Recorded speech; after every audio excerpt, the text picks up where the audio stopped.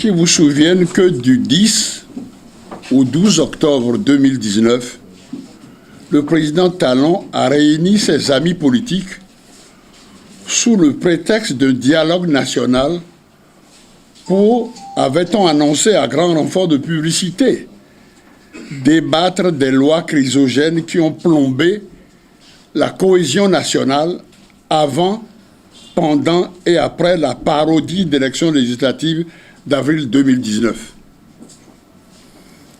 Tout le monde se doutait de ce qu'une telle démarche, du reste insolite, allait apporter à la décrispation tant souhaitée par notre peuple. Convaincus que nous étions que de simples propositions ou projets de loi pouvaient régler la question. Malheureusement, le despote a choisi, comme à son habitude, les sentiers tortueux pour poursuivre sa fuite en avant, en engageant les ressources de l'État dont notre peuple ne connaîtra jamais le montant, dans un cinéma plus que désolant. Nous connaissons tous aujourd'hui les tenants et les aboutissants de ce rassemblement. Il est d'une impérieuse nécessité d'appeler l'attention du peuple sur cette indigne supercherie. En effet, prévue pour être une assemblée qui devait débattre des voies et moyens pour une sortie de crise, on se trouve brutalement transporté sur notre planète, car le forum s'est surtout préoccupé des questions d'un agenda caché, telles que des élections générales. Et on croit rêver des parrainages pour les élections présidentielles. Il convient alors de rappeler à notre peuple que la question des élections générales, déjà soulevée dans un projet ou proposition de révision de la Constitution le 18 juin 2018, avait recueilli l'assentiment de toute l'opposition. Mais les députés de la minorité parlementaire ont été conviés, ruse oblige, à voter pour la révision avec d'autres dispositions, telles que la discrimination positive par rapport aux genre. Et sur ce point, les députés de la minorité parlementaire ont, dans leurs amendements, proposé que la dite discrimination soit étendue aux nominations aux hautes fonctions, gouvernement, société d'État, diplomatie, etc. Ce qu'évidemment, la majorité parlementaire aux ordres a rejeté, ainsi que bien d'autres amendements. Nous saisissons à nouveau l'occasion pour réitérer notre vœu de voir la discrimination s'étendre à tous les domaines de la vie politique de notre pays, afin d'éviter de jeter la poudre aux yeux de la gente féminine. Et nous nous insurgeons, en outre, contre toute tentative de confiner la prétendue discrimination positive sur le genre dans les seuls couloirs électoraux. Mais tout cela n'était en définitive qu'un rideau de fumée. Le but réel de la réunion du Palais des Congrès, prélude à une troisième tentative de modification de notre Constitution, a été évoqué dans le compte rendu du Conseil des ministres du mercredi 23 octobre 2019. Et qu'est-ce qu'on y voit? L'introduction d'un parrainage dans la procédure des élections présidentielles. Rien que ça. Quel est donc le rapport avec le dialogue national? Nous invitons alors notre peuple à la plus extrême vigilance sur le coup d'État, il n'y a pas d'autre mot, que prépare Patrice Talon, car nous avons encore en mémoire ses propos délirants, dignes de l'époque atroce.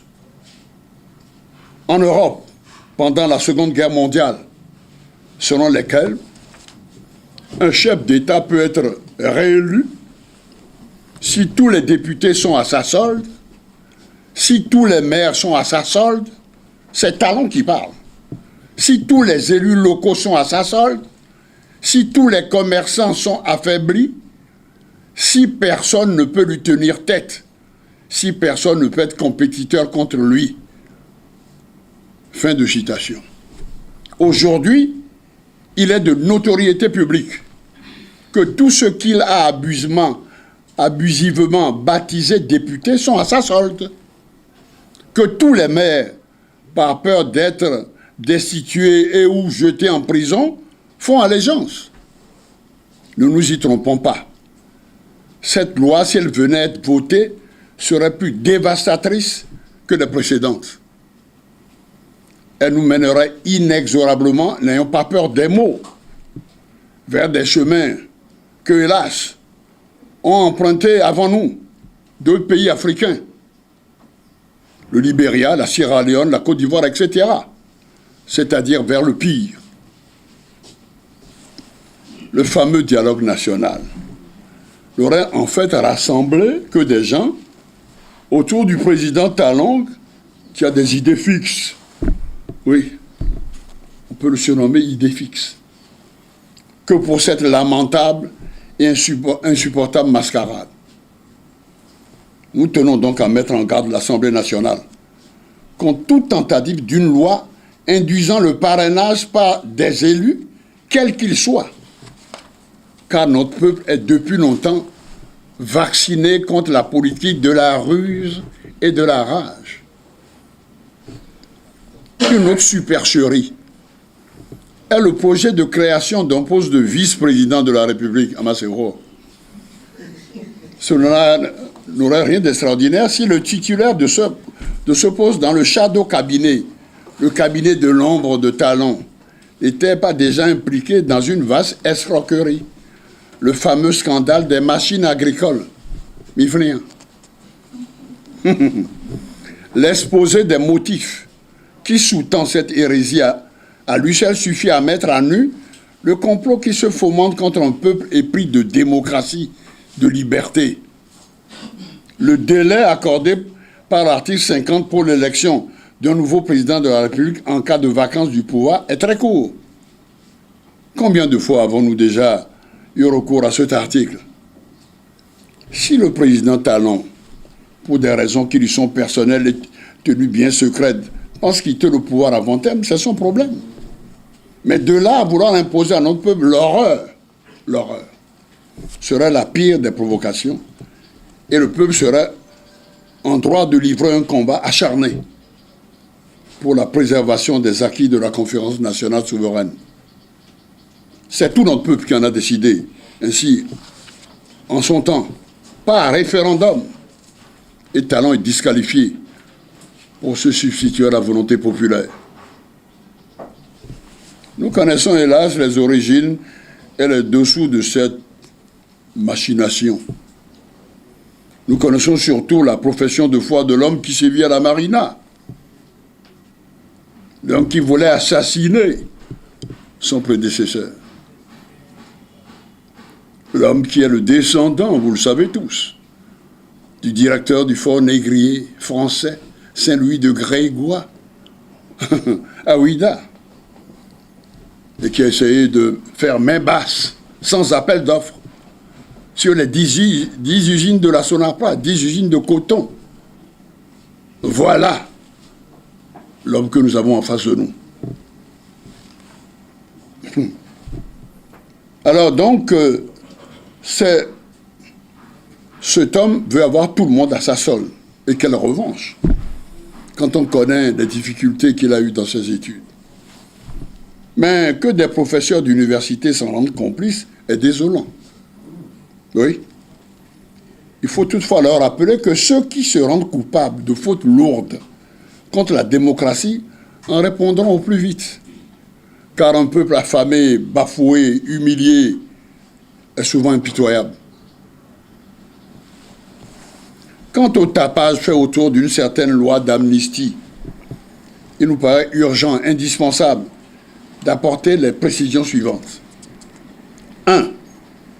Les crimes commis au cours de la période post-électorale. Je fais allusion aux tueries de Kadiaou, de Kandi, de Tchaourou, de Savet, ne peuvent rester impunis. Les auteurs de ces crimes odieux ne peuvent bénéficier d'une quelconque loi d'amnistie, car ils doivent répondre de leur forfait devant la justice. Il est impossible que le président Talon ferme les yeux sur l'assassinat de nos compatriotes innocents et n'ait aucun égard pour les proches des victimes, qui réclament toujours les corps, qu'il veuille protéger des soldats criminels. Notre peuple n'acceptera jamais cette seconde mort de nos compatriotes. De même, dans un souci d'apaisement, il est évident de faire appliquer cette loi à M. Sébastien Adiavon, poursuivi et condamné par une cour aux ordres, spécialement créée pour régler des comptes aux adversaires politiques et à toutes les victimes de la dictature. Nous invitons donc le président Talon à emboîter le pas à ses collègues du Sénégal et du Cameroun, qui ont récemment posé des actes qui vont dans le bon sens. Troisièmement, quant à nos compatriotes, que le pouvoir dit de la rupture dans l'histoire de l'Afrique, c'est la traite négrière et le colonialisme. Jamais 203. Mais ben, donc, que le pouvoir dit de la rupture a poussé vers l'exil, et ce illégalement arrêté et poursuivi dans le cadre de la crise électorale. Un simple acte administratif portant arrêt des poursuites réglerait très facilement le problème, comme l'a fait un chef d'État à l'un de ses compatriotes qui a tenté de lui ôter la vie par empoisonnement. Vous devinez aisément à qui nous faisons allusion, n'est-ce pas? Bon, s'agissant des élections générales, dont le porte-parole du gouvernement, le ministre Alain Orunla, en fervent adepte de la transhumance politique, celui-ci fixe la période idéale du déroulement de cette gymnastique en 2026. Nous pensons que tel projet, s'il était retenu, releverait d'une vaste escroquerie politique. En effet, ce choix signifierait tout d'abord que le Parlement de sang issu de la parodie électorale du 28 avril 2019 restera en place jusqu'au terme de son mandat en 2023. Ce qui est inacceptable au regard du caractère illégitime de ce Parlement. Pour conclure, nous prenons à nouveau l'opinion nationale et internationale à témoin. Je veux dire, les forces de la résistance nationale tiennent le président Talon pour responsable de l'aggravation de la crise qui secoue le pays, au cas où il continuerait ses divagations dans sa politique d'exclusion. Cotonou, le 31 octobre 2019, la résistance nationale, je vous remercie.